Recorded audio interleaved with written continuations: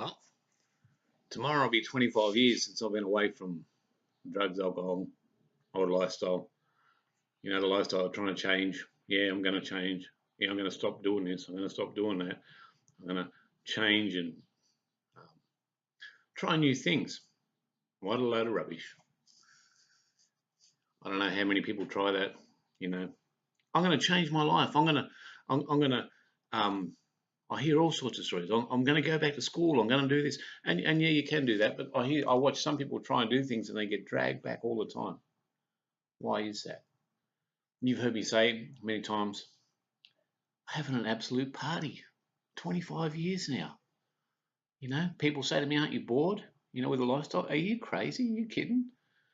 I've got Jesus, the best high I've ever been on, the best experience I've ever experienced, far better than any drug I've ever had. You got to ask yourself, for me, 25 years back when I first experienced it, I thought, why do I want to do drugs? What do I want to drink? Why do I want to get blind drunk? I thought I was having fun. I thought I was having a party. But I found the real party. I found the truth. I found the presence of God, the love of God.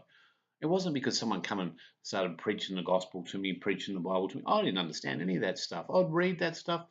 What are you talking about? It was just mumbo jumbo. But getting in the presence, knowing and engaging the presence and the love of God, knowing that God is a person, changed everything. And knowing that He loved me, He didn't want to whack me. He wanted to love me, wanted to show me His presence, wanted to let me know who He really was. And every time He used to touch my life, and still does today, everything inside starts to change. All the junk, my mind was shot for years. It took a while, but God started to restore everything, restore my life. And I watch people going around in the world, I'm going to try harder. I'm going to try and stop doing this. I'm going to change. Who are you kidding? How many times I did that? I'm going to change. I'm going to change my lifestyle. Even as a kid, I remember going to school. Yeah, I'm going to get better grades, all this. And you go on and on and on, but you never actually change. Because you see, the change has to happen on the inside. That's why you hear Christians talk about being born again, being born of the Spirit of God, allowing the presence of God to come, live inside, and manifest His love inside you. And you think, well, what does that look like? People say the devil I know, but he changes everything.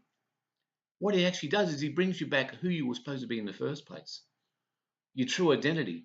And I know in the world you don't know your identity. I used to walk around thinking, who am I?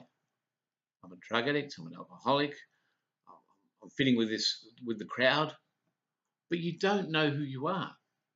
And most people carry on like that now. The Bible says, the Bible doesn't say that. Shakespeare said that. The world is a stage. Everybody in it is an actor. And you know why? Because it's fear. It's fear that people are going to get to know who I really am, who I really am. So when people do that, they put this wall up. You're not going to get to know me because I'm going to get hurt by you. And the good thing about Jesus? He knows all about you. And He loves you dearly. He knows everything you've done. And we've all got our past, our dark secrets, the things we don't want to talk about. Everybody in the world does. You look around, you think, oh, this person's got it together, that person's got it. No, they don't.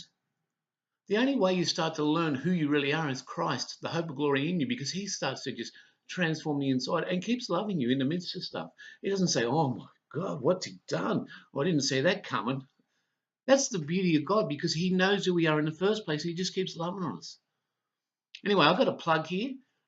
Fresh Encounter, you know the story. We've got a church down in Watton Street, 49 Watton Street, in the old Shire building in Werribee.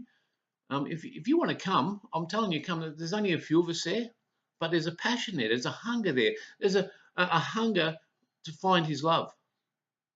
You know what I'm addicted to? I'm addicted to the love of God. I'm addicted to His love. I'm not addicted to anything else. I'm addicted to the love of God. I can't get enough of it because that presence is beautiful. He changes everything about me, knows more about me than I know about myself. If you want to come, next Sunday, 2 p.m., come, 49 Watton Street, Old Shire Building. You don't want to miss it. I'm telling you. We run around trying every other thing but God. But God is someone who loves you. His tangible presence is what changed me. You see, if I went to a church years ago where they were doing their religious stuff, and reading the dead word and all that, you know what would happen? I'd have been dead now. I would have been dead a long time ago because there was nothing for me. Because you've got to understand, I was at the end of the road. But when I found Him, He changed everything. Come next Sunday, have a bit of guts. Turn up. You won't regret it. You're looking for answers. You're looking for meaning of life. You're looking for purpose. You're looking for what you're really created to be. Come, come and have a party like the rest of us.